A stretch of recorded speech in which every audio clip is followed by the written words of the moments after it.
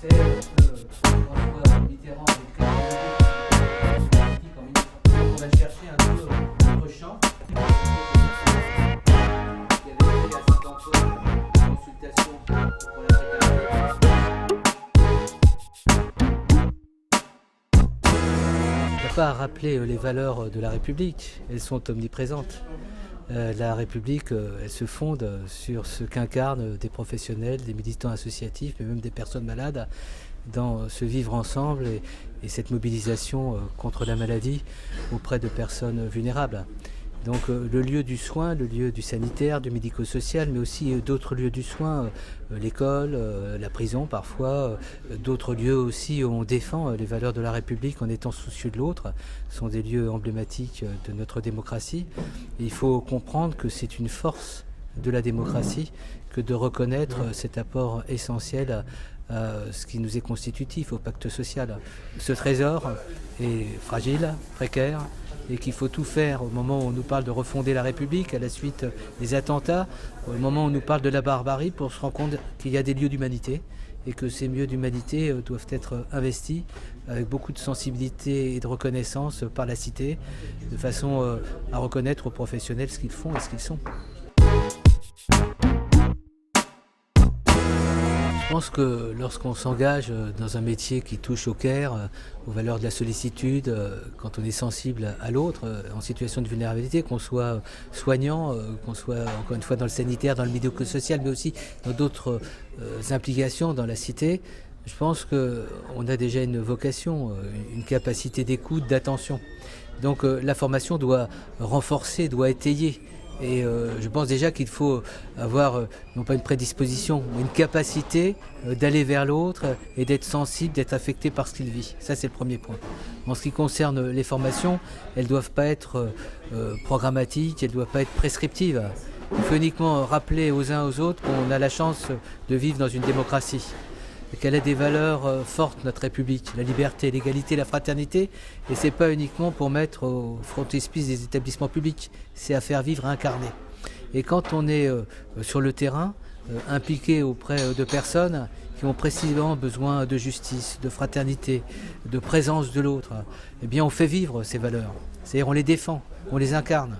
Alors, si on nous parle aujourd'hui du terrorisme qui ébranle aujourd'hui nos sociétés, en tous les cas qui les menace, la vraie réponse aussi, c'est dire, mais attendez, vous voyez la vigueur de notre démocratie, le sens qu'on a de l'autre, l'attachement qu'on a à la vie. Les terroristes, les barbares, ils mettent en cause la vie. Alors que sur le terrain, quand vous êtes auprès d'une personne malade, une personne vulnérable, vous la défendez.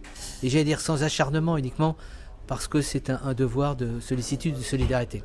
Quand dans un établissement d'hébergement pour personnes âgées à 3 h du matin, vous avez une aide-soignante qui va apporter une tisane à une vieille dame qui ne sait plus où elle est et ce que ça vit, quand elle témoigne, alors que tout le monde a abandonné cette personne à sa solitude, que la société était encore présente, de notre devoir de non-abandon, si on est un citoyen un petit peu normal, on se dit mais on a un privilège à être dans une société où il y a des gens comme ça, il faut les soutenir. Il n'y a pas, encore une fois, que les champions de football. On a d'autres champions dans notre société et il faut les mettre en première ligne. Ce qui est important, on le voit dans le domaine de l'éthique médicale, c'est d'avoir une capacité à reconnaître les situations exceptionnelles qui peuvent justifier des mesures exceptionnelles. Alors l'exception, c'est quelque chose de particulier. Vous savez qu'on n'est pas obligé de demander le consentement à une personne si elle n'est pas capable de consentir, mais si on doit intervenir d'une manière indispensable pour elle en urgence. Donc c'est aux politiques de déterminer si on est dans un contexte exceptionnel qui justifie non pas cette transgression, mais cet appel à la Constitution pour situation un peu exceptionnelle.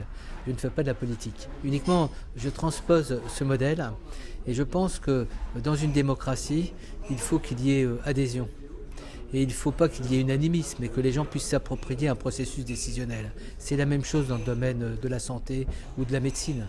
Il faut que les gens puissent être associés et le sentiment qu'il n'y a pas d'arbitraire et qu'il n'y a pas de coup bas ou de trahison. Il faut de la transparence, il faut de la concertation et à un moment donné, si l'intérêt supérieur le justifie, c'est finalement à des gens qu'on a élus pour nous représenter, on leur a confié une responsabilité, à eux de l'assumer.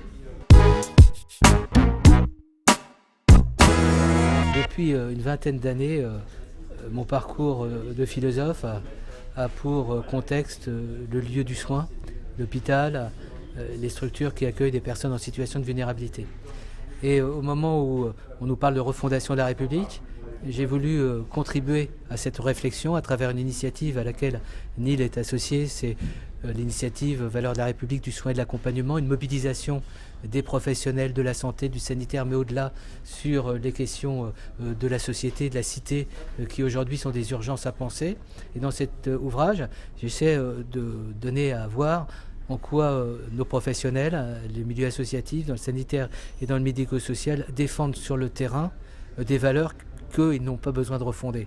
La République a besoin de reconnaître ses valeurs. Donc je raconte mon itinéraire dans ce milieu tout à fait exceptionnel et j'essaie d'identifier certaines valeurs essentielles dans le soin qui peuvent être considérées comme les valeurs essentielles dans une démocratie.